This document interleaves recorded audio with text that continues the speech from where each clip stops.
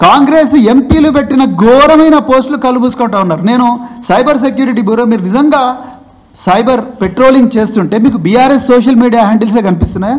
ఇలా రేవంత్ రెడ్డి సైన్యం చూడండి ఎంత ఘోరంగా కేటీఆర్ గారి మీద ఘోరంగా మీమ్స్ తయారు చేసి, అదేవిధంగా కేసీఆర్ గారి మీద ఘోరంగా మీమ్స్ తయారు చేసి, అదేవిధంగా ఇంకా ఘోరమైన విషయాలు ఇంకా చెప్పలేము. కేటీఆర్ గారి మీద తెలంగాణ కాంగ్రెస్ ఆటో రాముడు అని చెప్పి ఒకటి, అదేవిధంగా రేవంత్ సైన్యం, అదేవిధంగా కిరణ్ కుమార్ చామల్ అయిన ఎంపీ ఎంత ఘోరమైన కామెంట్స్ చేస్తున్నారు చూడండి. అదేవిధంగా నిన్నగాక మొన్న రేవంత్ రెడ్డి గారిని కేసీఆర్ గారిని పోలుస్తూ ఘోరంగా మనుషుల రెప్యుటేషన్ దెబ్బతీసే విధంగా తెలంగాణ కాంగ్రెస్ డైరెక్ట్గా సోషల్ మీడియా హ్యాండిల్లో చేస్తున్నది. అదేవిధంగా ఈ గౌతమ్ ఇది ఒక సోషల్ మీడియా యాక్టివిస్ట్, రైతుల బాధలన్నీ, రైతుల కష్టాలు కన్నీళ్ళన్నీ కూడా ప్రజలకు చెప్పే ప్రయత్నం రాజ్యాంగబద్ధంగా ఆర్టికల్ 19 ఇచ్చిన హక్కులతోని ఈయన చెప్తా ఉన్నాడు.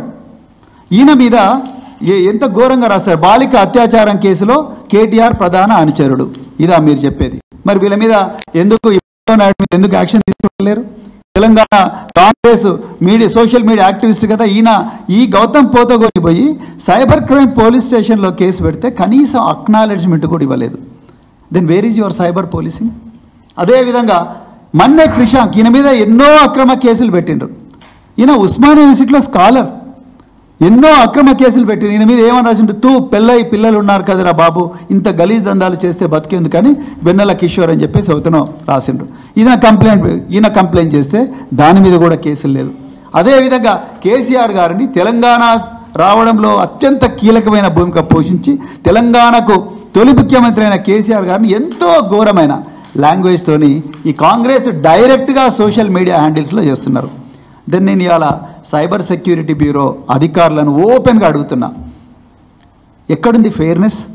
మీరు రాశారు ఇవాళ సైబర్ సెక్యూరిటీ బ్యూరో ఉన్నతాధికారి రాశారు, ఏమని రాశారు? Hour machine is to create a secure digital environment through transparent, unbiased and efficient practices supported by cutting edge technology అన్నారు. నేను అధికారులను అడుగుతా ఉన్నా, ఎక్కడుంది ట్రాన్స్పరెన్సీ? ఎక్కడ ఉంది? ఇక్కడ అన్బయాస్డ్, ప్రతి క్షణం కూడా బయాసే ఉన్నది. లేకపోతే ఈ బీజేపీ సోషల్ మీడియా హ్యాండిల్స్ మీద కానీ, కాంగ్రెస్ సోషల్ మీడియా హ్యాండిల్స్ మీద కానీ, అఫీషియల్ సోషల్ మీడియా హ్యాండిల్స్ మీద కానీ ఇంతవరకు ఒక్క కేసు కూడా పెట్టలేదు కదా మీరు.